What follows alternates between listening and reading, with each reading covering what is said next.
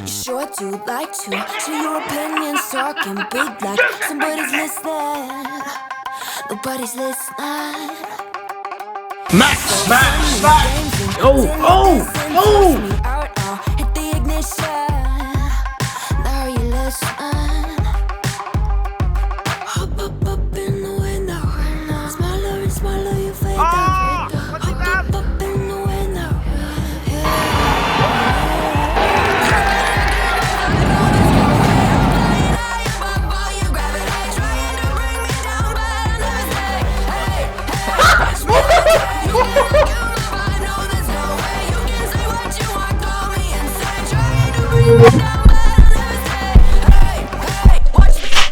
Hello, it's your boy Davidoff. Welcome back to Movie Monday. This week's movie is City of God. I might do two because I missed a week a couple weeks ago, but this is the main one of today.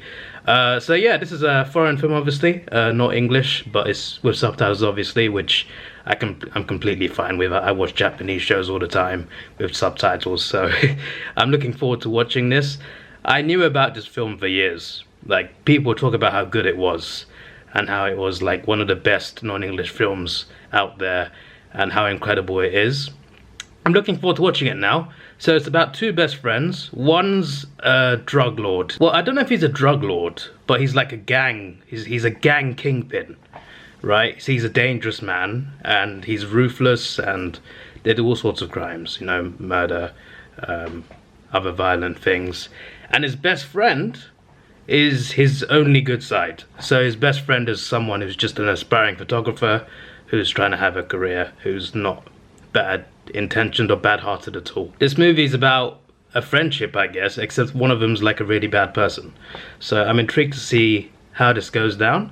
It takes place in like favelas and stuff, which I went to Brazil recently. I went to Rio and I did a tour of a favela, which sounds dangerous, but our tour guide who lives in that favela, he was a Rachinha favela, Rio. He showed us around. There were some places we were not allowed to film, but the gangs in those favelas knew about these tours, and we saw men with guns at times as well, machine guns. We were not allowed to film them or anything, but we're allowed to film some streets and stuff. I did a whole vlog on it on my Sir Davidoff personal channel, so I got a perspective on what favelas are like and what life is like for poor people in like dangerous areas like favelas in Brazil.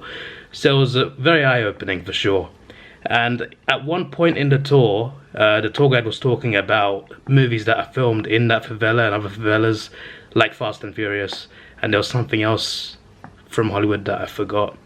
But he said like those films, they show favelas, but they don't really show favelas.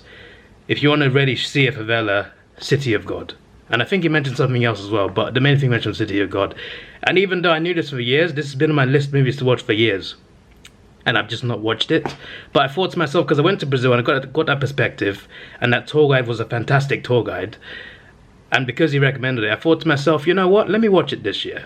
Why not? After getting that perspective of favelas in Brazil in that holiday in November, why not check this out? So yeah, it's one of the movies on my list, and now I'm gonna check it off, and I'm excited. I'm watching it right now. I'm reading the subtitles, listening and talking to you at the same time. It's not ideal because normally I can hear the film in English, but I also gotta look at the screen constantly. Does favela officially mean ghetto? Like, does that what it means? Because I heard a character say favela.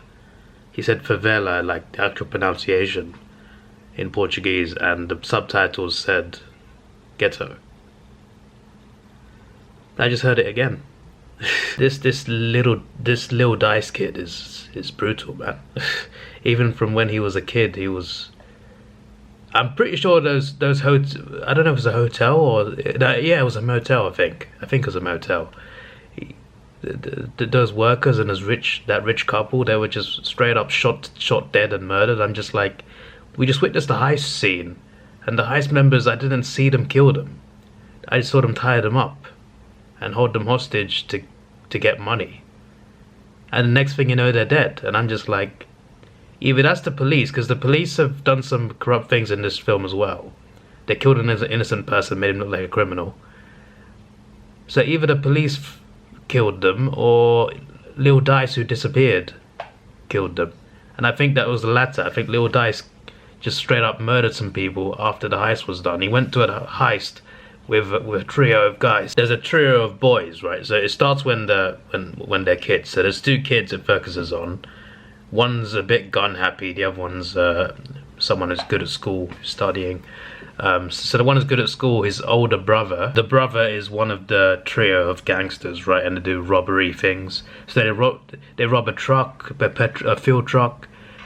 They rob a hotel, and in this hotel they tie people up because there's a rich couple living there or whatever, and they rob them, and then they take Lil Dice with them. Lil Dice is one of the kids, and this is, I assume, who's going to be the kingpin later on. They take a lot of money, realize the police are coming, so they escape. Lil Dice is waiting outside, goes missing, and then you see a scene where everyone's dead in that motel, and I'm just like, we never saw the trio kill them, so Lil Dice must have gone in there and murdered them all.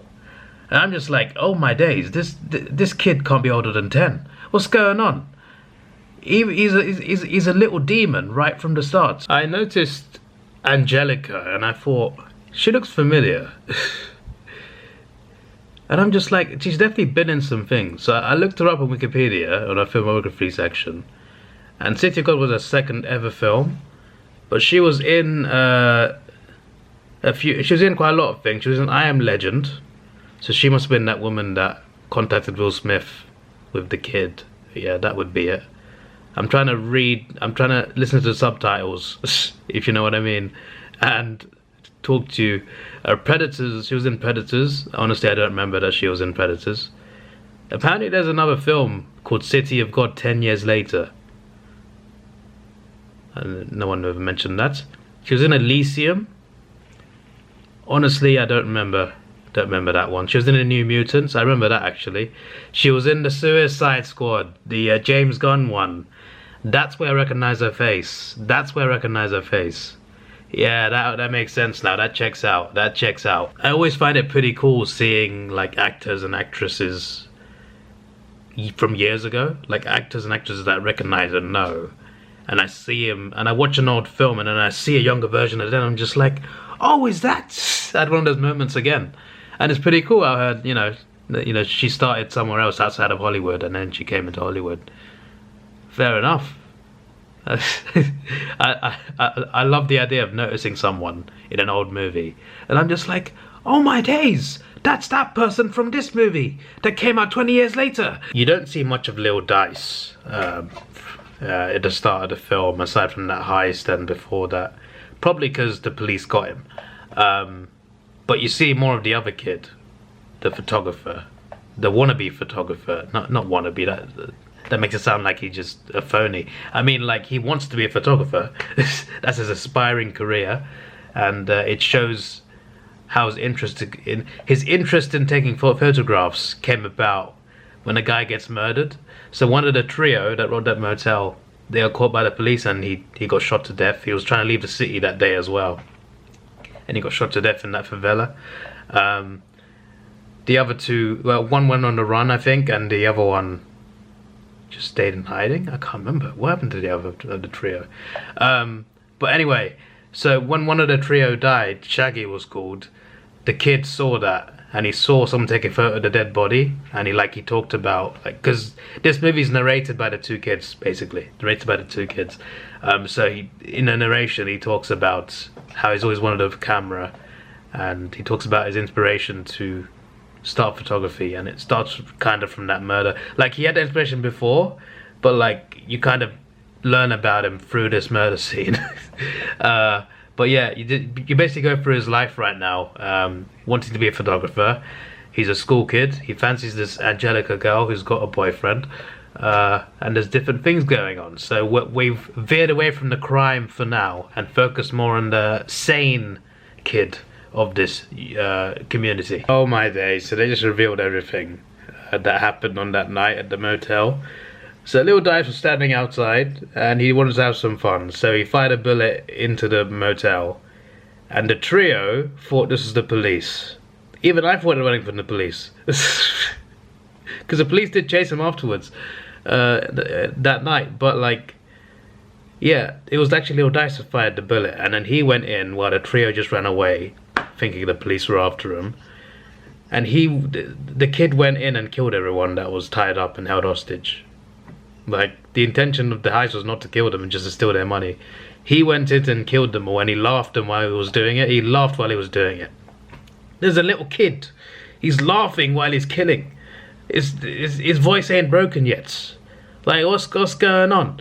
So from this point on, he becomes like a ruthless killer, and he even kills one of the trio. He kills Goose. So yeah, and he just keeps killing and killing. He kills people to take their businesses. He kills people for many reasons. He's ruthless, he's evil, he's aggressive, and he's ready for anything. So I'm really wondering where this is going, because obviously there's this other kid who's just an aspiring photographer that just wants a normal career and normal life.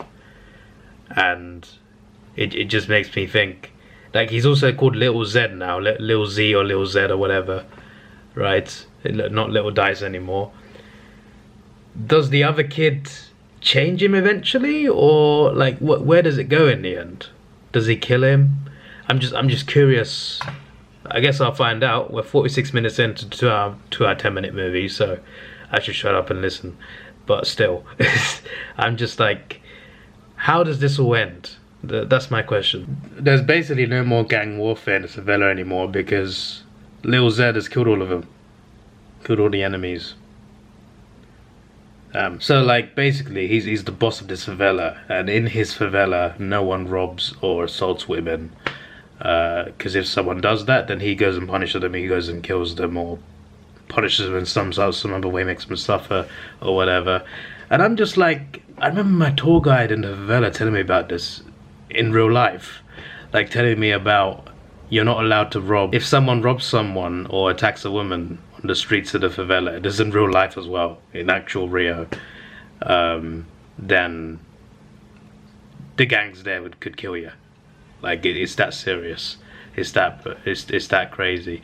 And I'm just like, damn, like this, they're showing in the film a similar attitude to what they are in real life, what the gangs are in the favelas in real life. So I thought that's quite interesting. You see this brutal scene as well. So there's these kids that go around robbing, and these kids are like really young, and they go around robbing stores and robbing people and stealing. But in Lil Zed's favela, no matter who you are, obviously you're not meant to do that. So he takes matters into his own hands when it gets reported. Essentially, if someone gets robbed, they just report it to him and he deals with it. So he goes and finds where these kids are, and most of them run away, aside from like 3. So he, like, and one of them is like the youngest one, and he's, I don't know how old the kid is. I doubt they're over the age of 6. So like, obviously it is a fictional story, but still. So there's one of the kids that gets cornered. So Lil Zed says, you choose. You either get shot in the hand or the foot. He's not killing them, he wants to make them suffer, even though they're little kids. They are stealing from stores and robbing people, so he was making an example of them. They both choose their hand. He shoots them both in the foot. The little kid especially starts crying. And first of all, great acting from the kids especially. Like, even though you're watching a movie, they make it look so real. And maybe it's partly because like these things probably happen in real life as well. Like, Brazilian favelas are very dangerous. But yeah, it was great acting from the kids. Like, they made it look like I'm watching an actual like documentary or something rather than a fictional film. So first of all, well done to those kid actors. This is from 22 years ago, this film, so they'd be pretty old by now. But still, as I was saying, like, damn, first of all, great acting, and second, what a brutal scene. And then the third kid, because one of the kids they took from his home, and he led them to the other kids. So that kid, they gave him a gun, and they said, you choose one, kill one. I'm just like, oh, I thought you weren't killing them. Yes, they're killing one. So the kid kills, not the young one, the other one. I mean, they're all young, but like he doesn't kill the youngest. He kills the other one. And they send the youngest away, who's shot in the foot. Go without limping, tell your friends no one robs in Lil Zed's house or something. I'm just like, this Lil Zed is flipping brutal. I feel like he dies at the end. That's just me guessing right now. I feel like he dies at the end. I don't know about the photographer kid. Hopefully he'll be alright, because he seems good-hearted. His storyline is mainly he fancies this girl. Like, you see his photography stuff as well, but it's mainly he loves this girl, which makes me worry with how brutal this movie is.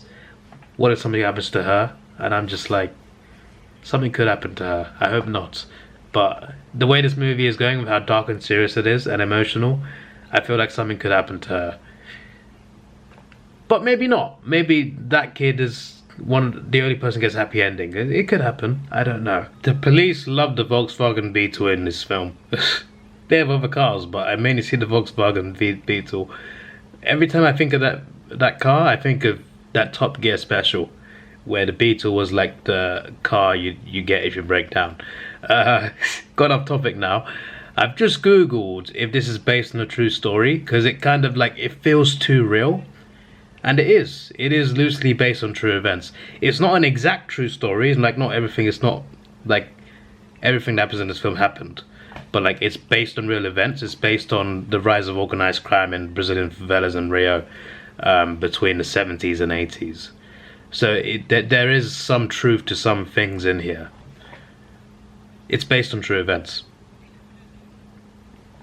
And it makes sense, actually. That's why the tour guide said, like, a film that really shows how dangerous a favela can be. City of God.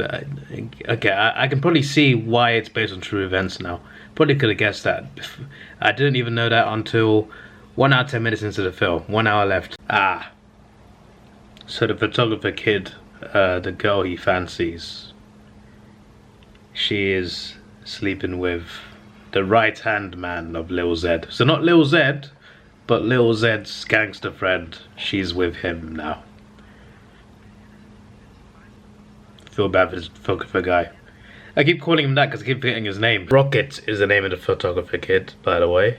So Benny just died. Benny is the right-hand man of Lil Z, who's also with this girl. He has now been shot by the brother of Goose. So Lil Z murdered Goose. From scenes, I mentioned it earlier in the review, but like, I didn't mention their names. But when he was a kid, he murdered one of the trio gang that robbed the motel. So that Goose that died, his younger brother, wanted to avenge him. He accidentally kills Benny, his best friend, instead of Lil Zed that he was targeting. So Benny, the right hand man, he was gonna leave Evangelica. Like, they were gonna leave the city, go start new lives, go live hippie lives, is what she suggested. So Lil Zed was upset about this. So they were like at each other's throats. They were arguing. Lil Zed was really pissed at him. So they were arguing in a club, and that's when the shooter comes in and accidentally kills the wrong person. So even though he hated his own best friend in that scene, obviously because his best friend was killed, he got very angry. But also, the kid that shot him has died, because he went to I can't remember the other guy's name, but there's this other guy. There's this other guy. He's a light skinned guy that Lil Zed doesn't like. Lil Zed wants to kill him, actually. So the guy who shoots Lil Zed's friend goes to that guy who Lil Zed doesn't like, asking for help. I just killed Benny, etc. But that light skinned guy kills him. So the brother of Goose is now dead as well. Carrot. The name of the light-skinned guy is Carrot. Okay.